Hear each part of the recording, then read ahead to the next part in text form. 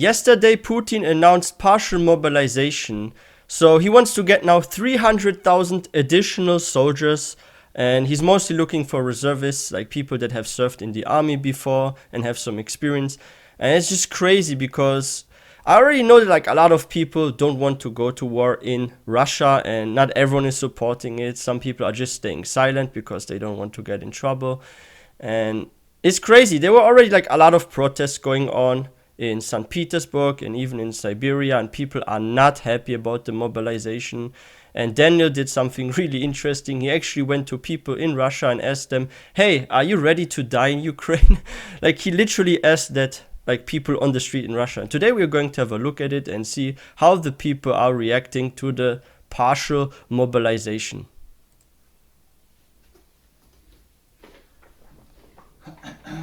Good news, I guess. We have a mobilization in Russia. That's bad news. And we made this video, Are You Ready to Die in Ukraine, a couple of days ago, before the actual mobilization. And also, disclaimer, even though the title says, Are you ready to die in Ukraine? We don't want people to die in Ukraine. We Yes. just ask them, because they will be soldiers, right? And they might die in Ukraine. It's horrible, And also, the whole this video is situation. probably not monetized, so if you want, you can support us on Patreon, PayPal, and other links. And also, important thing, we showed people the video of, it's not actually the video, some state Duma member, some official governor, right? He said that we need to have mobilization. Yeah, let's go straight to the video. You know what's interesting, even about like this governor and stuff?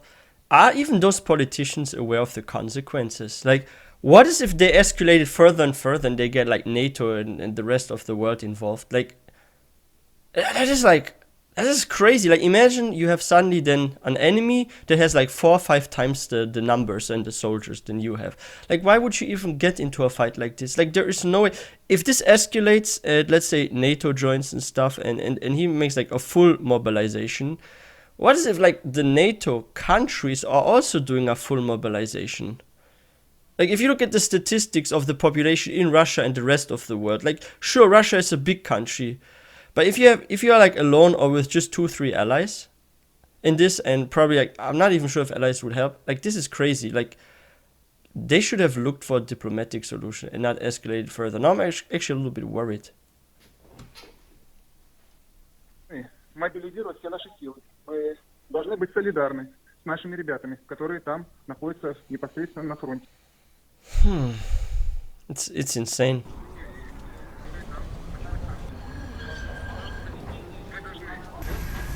Товарища, значит, Шеремета нужно поставить к стенке, его просто нужно расстрелять. What? Товарища Шеремета. Потому что я считаю, что вместо того, чтобы улучшать нашу жизнь, они нас загнали всех на войну. Они государственные преступники, и рано или поздно придется отвечать. You know what? I agree with this guy, because he said, I think that they put us in the war instead of making our lives better. So how I see the situation, and if I was the president of a country, or if I was the dictator or Tsar of a country, I would focus on the money side of my country. I would look how to make my country the most developed and richest country in the world, because money rules everything. If you have a lot of money, and even if you don't own a certain country, by investing a lot in it, you get some influences on that. I mean, just look at China. When China's economy was like super good, how they tried to buy a lot of companies in the US and stuff. And now there's like some influence, and they can even freaking censor stuff. Like, I'm a hardcore gamer, and I play like a lot of different video games and stuff, and I've even noticed that some of the gaming companies in the US are influenced by some Chinese companies because of their finances and how they are like having portions that they bought of a company. They own their 20%, their 30%. So what I think is the better way to be powerful as a country: make your economy as strong as possible, do investments, and let money talk for you. You don't need force for that, right? Maybe it would even be possible these days, if you are super rich, to buy a very poor country. maybe it's possible. Like if you say, hey, every citizen gets now $100,000 if you join our country or something. Like maybe especially like the more poor ones, like maybe okay, yeah, I would change my citizenship immediately. Like in theory, that would probably be even possible. So you don't need even force. You just need to have a strong economy and you have your influences, even if you don't own the country. Like it's Я stupid. считаю, что вместо того, чтобы улучшать нашу жизнь, они нас загнали всех на войну. Они государственные преступники, и рано или поздно придется отвечать. Ну, Вот что думаете насчет его слов? что, по поводу победы, что ли? Ну, призовут, значит, пойдем. Нет, значит, нет.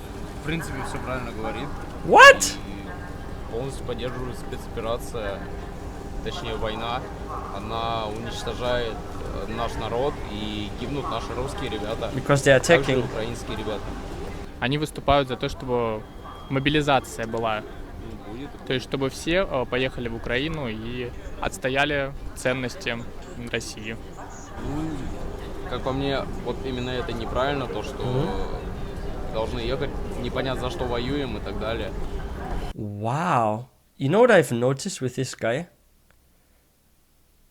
Have you guys seen this? I've seen this now in so many of Daniel's interviews, and I'm not sure if this is the propaganda that's behind it, but people are copy pasting what other people say, right?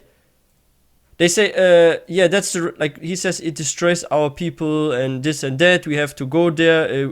I completely support them. This and that, right?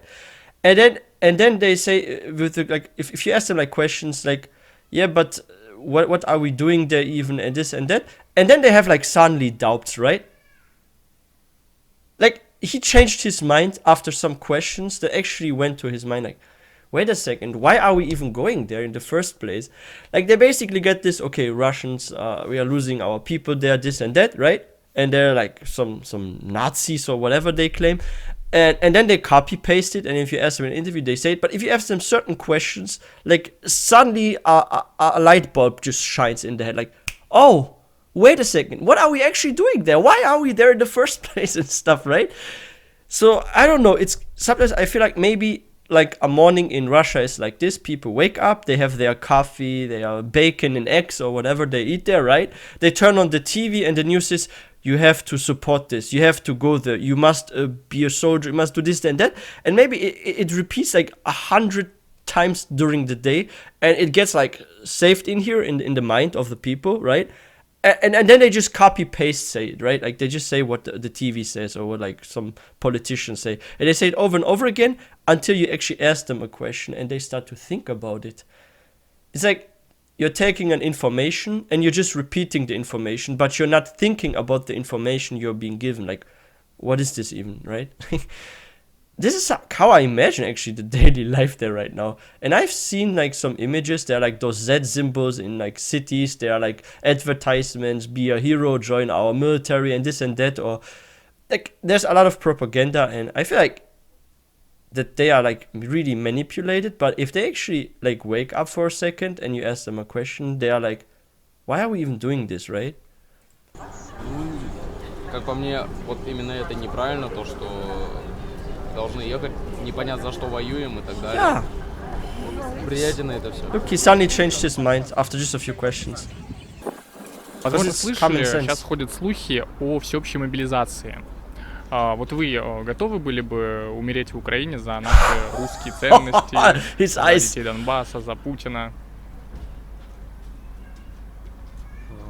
He's shocked. Конечно, нет. Почему? Просто не хочется. Не знаю, но я не очень поддерживаю такую движуху. Не, ну если будет мобилизация, убивать нацистов. Окей, погнали. Родина у меня одна, и если вдруг произойдет какая-то катастрофа, если война перекинется на землю, где я живу, если война придет на мою родину... Yeah, but this is to your home. It's not at your home. It's in another country. Я готов, если Oh, такая wow. необходимость возникнет. Я считаю, что это обязанность любого, как минимум, патриота, не обязательно гражданина своей страны. Военную операцию, мне кажется, вообще у нас президент невменяемый, ему срочно нужна психиатрическая экспертиза. мне кажется. И вместо того, чтобы помогать своим гражданам, ну, именно улучшать их жизнь, они начали эту войну, в которой Россия, понятно, что она уже проиграет. Это ну, уже очевидно. Мне очень жаль. Yeah, because how can you fight against almost everyone, or at least like 80% of the countries in the world? Like, if it further escalates, I'm pretty sure that the majority of countries are actually going to step in. Like there will be first one country joining, then there will be harm done to this country too. Maybe it's gonna be bombed. Maybe there's like gonna be a tactical nuke or something, and then it further escalates. Then 2 or 3 other countries send their military, and suddenly you have like 10 plus enemies, and you're just one state. Like, this is pointless. And if you destroy the areas with radiation that you actually want to own, like he wants to have Donbass and all that, right? So if he uses some nuke, let's say, and he radiates it for 10, 20 plus years to not be used, he will already die of old age, and he can't even see anyone live there or build anything, because you have to wait for 10, 20, even longer, maybe years, until you even can use the terrain again because of the radiation. And maybe these days it's like, if it's more modern, maybe it's even 40 years that you can't use this whole area, right? Because it's gonna stay there, you have to wait. Wasn't it like that with like Fukushima and with like Chernobyl and all that? Like, there were some years where you couldn't inhabit the area around it even for many years. And some people even said, like, I think it was with Chernobyl like that. I remember there was like an old article that even mushrooms in the forest in Germany were radiated, right, and stuff. So by manpower it's impossible. By nukes it is very unlikely that it is possible, but let's say there would be some sort of gain with that. It's a gain you can't even use because it's not even usable, this terrain, right? So what's the point in the first place of extending a border that you can't even use this extension for at least 20, 30 years or longer? And it is stupid. It is very, very stupid in my opinion. And he said, like, make the lives better of other people, right? And instead of doing this, didn't we have a COVID crisis for years and the economy kind of like crashed sort of, right? And like we were not doing as good as we did before the pandemic, of course. So why is there a focus on doing war when there should be a focus on repairing the economy from the COVID issue that we had worldwide, right?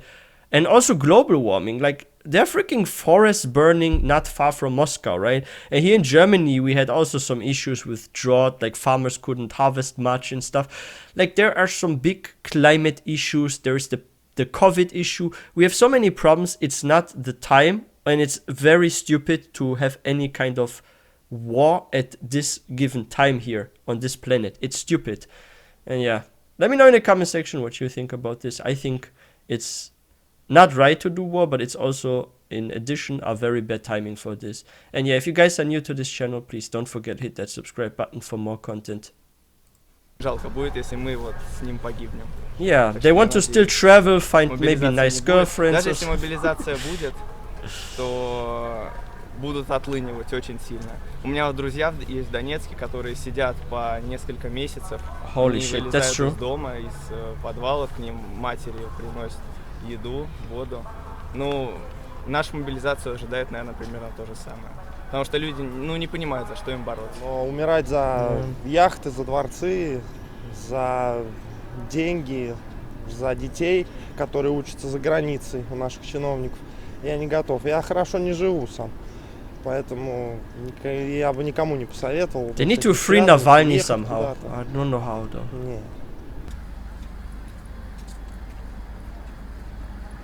Хотим сказать, но лично я за него не отвечаю, что у меня есть гораздо высшие цели там, по получению образования, по тому, чтобы как-то устроиться в жизни, но не умирать, к сожалению, за мир, какой бы он ни был.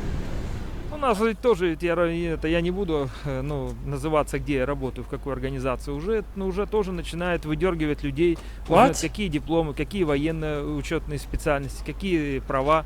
То есть это в связи, уже начинает готовить базу к тому, что людей... Even his boss at the company, like, they are already asking people about if they have any military experience and stuff.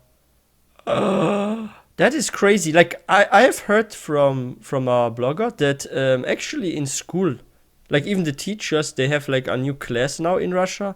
And can someone actually confirm if this is true? And in this new class that they sometimes have during the week, the school week, they actually talk about the war, why it's important that this is happening and why people should support it. That is crazy. Like they're bringing propaganda not only to international companies or companies that have nothing to do with anything with the military, and they're bringing it to school. Like this is insane. Like this is total madness in my opinion. Like why talk in certain sectors that have nothing to do with like those areas have nothing to do with war, about war. It's stupid. Готовить базу к тому, что людей, скорее всего, будут рано или поздно добровольно-принудительно отправлять на Украину. А вот вы готовы были бы поехать в Украину и умереть там за родину, This за expression. мир на всей земле? Глупый вопрос. Честно говоря, не знаю. Почему? А мне и так жить неохота.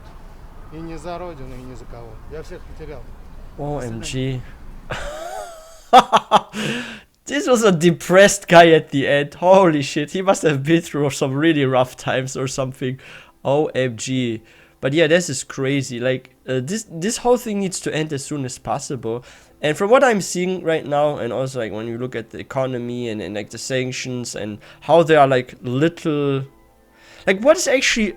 One thing I'm like wondering, besides gas and stuff, and fertilizer, we have gas, but what else comes from Russia that is internationally famous? Is there any special technology, some car or plane brand or something that is like a brand that's like very big in the whole world that comes from Russia? Like I know many brands from Germany, from the US or from Japan, for example, including freaking car brands and other technology, or like we have the iPhone, we have like look at freaking Nintendo, for example. I know this, like it's crazy. Like what do they actually have in Russia that's internationally super high tech and super famous? Like what is if the world advances and we no longer need gas, we have like renewable energy, then like a whole area of trade is going to disappear from Russia. Then can they only sell gold? Is that all, in fertilizer? Like you need to establish something, a very, very sought after product, for example, that you can sell worldwide, like a very, very big product. But if you don't have this kind of breakthrough in technology or in another section, it's gonna be hard in the future, I think. They shouldn't focus so much on like war politics. They should focus on something like development and finances. Like what they need is, in Russia, is my opinion, like the next president needs to come from a business sector. Like he need to be from, okay, now it sounds maybe stupid to say this, but it needs to be someone that has some background knowledge in business, like Trump, for example. Like, yeah, a lot of people view Trump as not the ideal president, and I'm not pro-Trump. I actually don't care. Like, it's always like that in the States. Like, here in Germany too. You get one president, stays around for a couple of years, then you have a new one. But in Russia, they always have the same kind of president. Right now. Maybe it's gonna change in the future. But I really hope that the next president in Russia is one that comes from the business area and not one that is a freaking agent. Like, there needs to be someone that knows how to make the economy stronger, how to find new products that they can offer to the whole world that can be crazy famous. Like maybe some sort of iPhone like new phone company that's maybe even better than iPhone, maybe some new computer technology or something. Like look at Taiwan, for example. Taiwan has a very strong economy because they're having those super expensive cool chips that are used in many computers and machines, and those chips, they can only be made in Taiwan, and they are secret how to make them. Like Russia needs to come up with something like this, and they don't need to come up with a mobilization, in my opinion. So this one guy, I'm feeling him. Like the president should look for the people and their well-being first of all. This is the first priority, and not think about extending the border if you already have problems within your country. That's my opinion. But yeah, guys, let me know your thoughts in the comment section. I wish everyone a wonderful day. If you guys enjoyed this video, please don't forget to give this one a thumbs up. And if you haven't subscribed already, please please don't forget to hit that subscribe button for more content. I will see you guys in the next video.